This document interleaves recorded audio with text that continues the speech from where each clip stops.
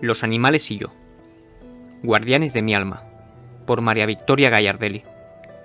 Desde pequeña sentí un profundo amor por los animales en general, tanto por los de compañía como por aquellos a los que solo podía ver en documentales o libros. Hoy en día es posible conocer a la fauna salvaje por internet, a través de cámaras en tiempo real e incluso como si se conviviera con ellos, pero antes, en mi infancia no era así. Pese a las limitaciones de aquellos tiempos, nunca fui amante de los zoológicos ni de los circos. Conservo en alguna caja de recuerdos una de esas diminutas fotitos que te sacaban y luego te vendían, esas que se veían por un tubito mediante una especie de lupa que se agrandaba. Un adminículo de la prehistoria comparado con las fotos digitales y los selfies actuales. Recuerdo aquella instantánea a la perfección. Estaba con mi padre en un circo, sentada sobre su regazo. La imagen muestra que la función transcurría por un lado y mi mirada se dirigía justamente al opuesto. Aunque no recuerdo haber tenido por aquel entonces noción de los padecimientos, ni haber pensado en que esos animales eran cautivos, verlos haciendo piruetas no me divertía lo más mínimo. Mi primera mascota, o como más me gusta referirme a ellos, el primer animal que compartió su vida con mi familia, llegó a casa cuando yo tenía unos 6 años. Era una gata a la que bautizamos Gatúbela, de pelaje gris con líneas negras, y el pecho y el abdomen blancos, con algunas manchitas té con leche. Mi papá la había adoptado en Moreno, bastante lejos de nuestra casa, en un taller mecánico en el que trabajaba. Los fines de semana, para que no se quedara sola, la traía en el auto y los lunes regresaba con él al taller. Era bastante atípico que un felino viajara en el hombro de su dueño cual monito tití, y además una práctica para nada compatible con la seguridad vial. Sin embargo, esa fue la rutina y cuando dejó de trabajar allí no lo dudó. La pequeña se vendría a vivir con nosotros. Y así Gatúbela marcó un precedente, al igual que Canelo, el gato de mis nonos, que vivía en la casa de delante. Más tarde llegó Pandora, hija de mi gata y de un apuesto gato de barrio blanco y negro.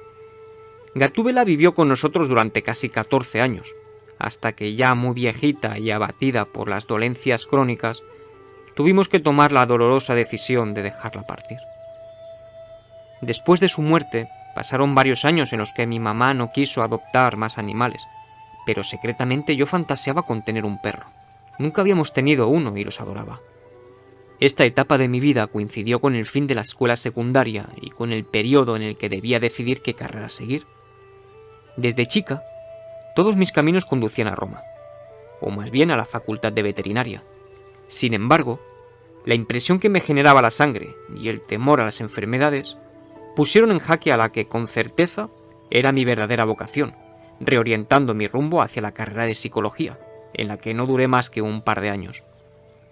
Me interesaba, me resultaba fácil estudiar, pero evidentemente ese interés provenía más de la necesidad de neutralizar mis propios fantasmas que de echarle manos a los ajenos. Fue en ese momento cuando decidí cambiar de carrera. Por entonces estaba trabajando como empleada administrativa en una revista y un programa televisivo referidos al mundo de los autos, y quizá fue por ese entorno que me sentí atraída por las comunicaciones y la carrera del periodismo. Creo que terminé eligiendo esta profesión porque siempre me gustó mucho escribir, narrar y compartir con otros ese poder transformador de la palabra. Y son la palabra y mi verdadera vocación las que hoy me permiten contar estas historias y estos vínculos profundos entre animales y seres humanos. Por entonces, el deseo de tener un perro se hacía cada vez más intenso, hasta que supe que una de las perras de una prima había tenido cachorros. Así fue como la conocí a él. Tenía solo una semana de vida y aún no había abierto los ojitos. Era un bollito marrón chocolate divino que se diferenciaba fácilmente de la camada, compuesta por 9 hermanos, todos ellos hijos de una mestiza de Airedale Terrier y de un bretón puro. Por donde se lo miraba, una combinación explosiva para el futuro temperamento de los pequeños. Me enamoré a primera vista y decidí que cuando fuera el momento adecuado para destetarlo, lo llevaría a casa. Pero tenía un desafío por delante, que era convencer a mamá. Pasados sus primeros 60 días de vida, el pequeño Can ya estuvo listo para iniciar una nueva etapa lejos de su madre y hermanos, así que, moño rojo en el cuello, nada original por cierto, emprendimos el camino a casa. Yo estaba más asustada que él, me inquietaba saber cuál sería el recibimiento. Los primeros tiempos no fueron nada sencillos, porque si a la tarea de tener un nuevo integrante en el hogar se le suma que el candidato sea un cachorro, con todo lo que ello implica, muebles masticados por doquier, pis y lo otro por todas partes, por decir algo, todo se torna más difícil. Sin embargo, logramos sortear el escollo, y el gran Yao ya lleva 13 años viviendo con nosotros, o mejor dicho con mis padres, dado que quedó en mi casa de origen cuando me mudé. En aquella instancia hasta intentamos una suerte de tenencia compartida, pero notamos que no le hacía bien emocionalmente tanto cambio de casa cada 15 días, y decidimos que se quedara en la que, desde el comienzo, había sido su hogar. Hasta aquí la historia de una vida compartida con mascotas, como podría ser la de cualquiera de ustedes. Pero había en mí algo más.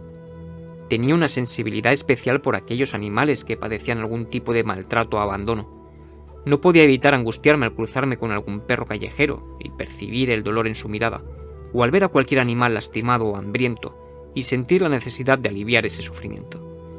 Quienes me conocían suponían que podría tratarse de las secuelas de aquella vocación truncada o de alguna asignatura pendiente.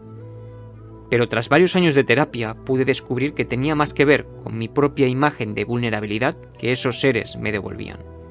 En psicología se habla de espejo o de proyección. Ese sentimiento de fragilidad lo ubico en mi niñez y mi adolescencia, pues si bien hubo muchísimos momentos felices, tuve que vérmelas como unos cuantos fantasmas. Nací con una malformación congénita en mi mano derecha y en el pie izquierdo, lo cual hace que se vean bastante diferentes a sus pares, que en el común de las personas son simétricos. Esto no me ha traído grandes dificultades en la práctica. Creo haber conseguido casi todos los objetivos o desafíos que me he propuesto, incluso el de formar parte del equipo de hockey de la escuela. Pero vaya uno a explicarle a un adolescente cómo lidiar con las cuestiones de la autoestima, el miedo al rechazo, las incertidumbres acerca de encontrar el amor y que él la elija y la acepte tal como es, más allá de cualquier cuestión física que escape de los cánones de la belleza. Para ser justos con la historia de mi vida, debo confesar que todos estos temores fueron solo eso. Temores, fantasmas, sombras, porque tuve y tengo amigas de oro, compañeras de vida, hermanas que elegí y sigo eligiendo, que me defendieron como leonas ante las miradas despectivas, que por suerte fueron pocas. Conocí el amor y el desamor, tal como le ocurre a cualquiera, y aprendí que nuestra verdadera fortaleza trasciende los límites del cuerpo y que, más o menos perfecto, no es más que una carcasa que contiene lo realmente importante. Por aquellos tiempos adquirí conductas ocultativas y evitativas de mis diferencias, las cuales estaban tan encarnizadas en mí que las desarrollaba a la perfección, casi sin darme cuenta. Más de un desconocido me habría tildado de confianzuda cuando, en lugar de extender la mano derecha para el saludo habitual, lo sorprendía con un beso en la mejilla, y varias fueron las comidas grupales que me he perdido por el solo hecho de evitar tener que usar el cuchillo y el tenedor, y así hacer evidente mi condición. Ni hablar de la cantidad de personas que, a meses de conocerme, un buen día me confiaban que no habían notado hasta el momento lo de mi mano, incluso hasta chicos con los que salía, y a mi juicio, no porque no se percibiera a simple vista, sino por el arte que yo había desarrollado para disimularlo. Con el tiempo fui comprendiendo que mi diferencia solo era importante e inhabilitante para mí. Volviendo a mi orientación profesional, tras 12 años de trabajar en la revista y el programa ya como periodista consagrada, decidí que era hora de animarse a formar parte de algún medio de comunicación sobre animales, ese tema que tanto me conmovía y que me conmueve aún hoy. Así fue como comencé a participar en la producción periodística de un programa de veterinaria que se emitía en la televisión por cable. Estaba fascinada, cada vez me interesaba más ese mundo. La vida me estaba dando una nueva oportunidad para reencontrarme con mi vocación, y no la iba a desaprovechar. Un día, no recuerdo bien cómo, decidí que daría un pasito más. Empezaría el curso de enfermería veterinaria, y esa sería una manera de acercarme a la clínica veterinaria y sus prácticas. Claro que no solo estaría más cerca de los animales, también debería relacionarme con sus familias humanas. Y en ese punto los fantasmas pugnaban por expresarse por no perder protagonismo. Habría que volver a darles batalla. Poco a poco, y a medida que progresaba en el curso, comencé a repartir mis horas entre el periodismo y el trabajo como asistente en la veterinaria. Tanto la doctora como mis compañeras me ayudaron e impulsaron en este nuevo desafío, no solo por todo lo que me fueron enseñando y por el lugar que me dieron, sino por la naturalidad con la que me permitieron vivir cada situación. Estaba tan atemorizada que se agolpaban en mí muchísimas preguntas perturbadoras. ¿Cómo haría para lidiar con la sangre y las enfermedades que tanto peligro me inspiran? ¿Podría manipular agujas, bisturís, todos esos efectos cortantes que había dejado sus huellas luego de varias cirugías en mi cuerpo? ¿Y cómo haría para sostener a un perro o cargar una jeringa frente a la mirada, para mí descalificativa de los demás? Todo aquello era demasiado, temía no poder afrontarlo. Dicen que el amor salvará al mundo. Pues no sé si al mundo entero, pero a mí el amor y la vocación de ayudar a los animales me ha salvado de 1000 modos. Es cierto que hubo muchas prácticas y manejos que no me resultaron igual de sencillos que una persona que tiene el 100% de la motricidad fina de sus 2 manos, pero como siempre que falla una capacidad, el cuerpo y la mente la suplen por otra, que se desarrolla más allá de sus límites habituales. Por lo cual, lo físico no era el problema. El enemigo con lo que debía lidiar era mi percepción acerca de la mirada del otro, porque era yo la que más perjuicios tenía. Los demás veían normalidad donde para mí no la había. En ese punto, mis guardianes del alma me han salvado, ayudándome a reencontrarme con mi propia especie humana, a abrirme, a mostrarme, a sentirme segura, habilitada, a dejar de ser Vicky, una mano diferente, para ser Vicky, que sí tiene una mano distinta a la otra, pero también posee otro montón de cosas, buenas y malas como cualquier mortal. Recuerdo un día en la veterinaria, en el que por primera vez perdí el registro de esa mirada ajena y atemorizante. La escena era crítica, la vida de un animal corría peligro. La doctora trabajaba denodadamente sobre el paciente y necesitaba ayuda de su asistente, que en ese momento era yo. Los familiares estaban allí, muy angustiados, esperando que hiciéramos lo imposible para salvar a su ser querido. No había lugar para fantasmas ni traumas.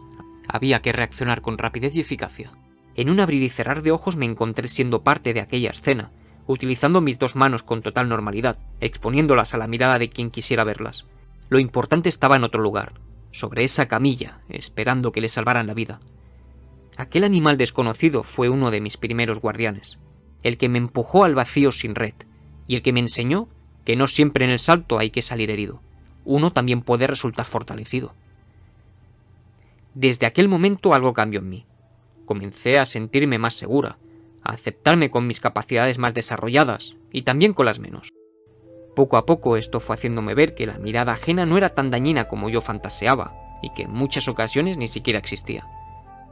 Pensar que pasé años luchando contra un enemigo invisible, un verdugo al que solo yo dotaba de entidad.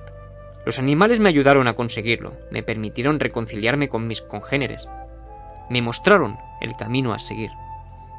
Ese día supe que la mirada más peligrosa y descalificadora era la mía, proyectada en la de los demás.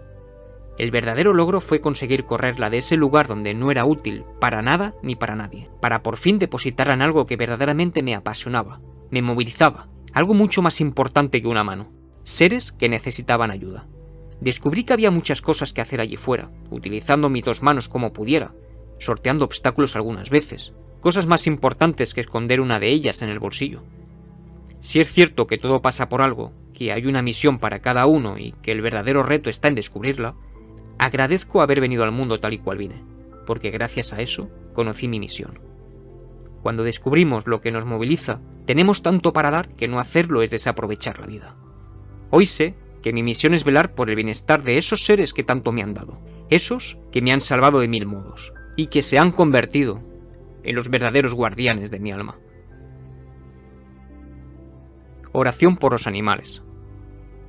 Padre nuestro que estás en todos lados, desciende, te ruego, a la tierra, para proteger con infinita bondad a los animales que con tanto amor creaste. Tu reino, nada es sin ellos. ¿Qué sería, Señor, de nuestras vidas sin esas maravillosas criaturas en las que dejaste tu huella? Porque son fiel reflejo de un amor excelso, puro, sin mancha, que nos acerca a tu preciosa esencia. En la mirada ancestral y cristalina de un lobo, un delfín, un águila, un perro, nos acercamos al secreto de la vida. Venga entonces a nosotros, los hombres, tu reino. Venga entonces a nosotros, los hombres, tu reino para entenderlo de una vez y para siempre. Tu santa voluntad es que los amemos, cuidemos y respetemos, que los defendamos de mal llamados hombres, que reniegan de su esencia humana cada vez que les procuran sufrimiento, animales de la tierra, del agua y del cielo, que embellecen y complementan nuestros días. Danos hoy, Señor, claridad de entendimiento para hacer por ellos lo que tú haces por nosotros, todos los días, cada día sin pausa, Danos el pan de la nobleza y la solidaridad para cobijar a los animales desvalidos, maltratados y sufridos. Y el pan del coraje para luchar por las causas que les conciernen. Perdona además, Señor, las ofensas con que el género humano reiteradamente inflige a ese reino. Eso sí, difícil será que nosotros perdonemos a quienes los lastiman. No nos dejes caer en la tentación de olvidar cada sufrimiento, cada maltrato, cada muerte injusta, cada experimento inescrupuloso, cada abandono, cada desidia, cada acto de salvajismo. Líbranos del mal de prescindir del respeto hacia tu reino animal, que es el nuestro. Te lo pido, Señor, desde lo más profundo de mi corazón, especialmente hoy, en el Día del Animal, y siempre, siempre, siempre. Amén. Por María Rosa Infante.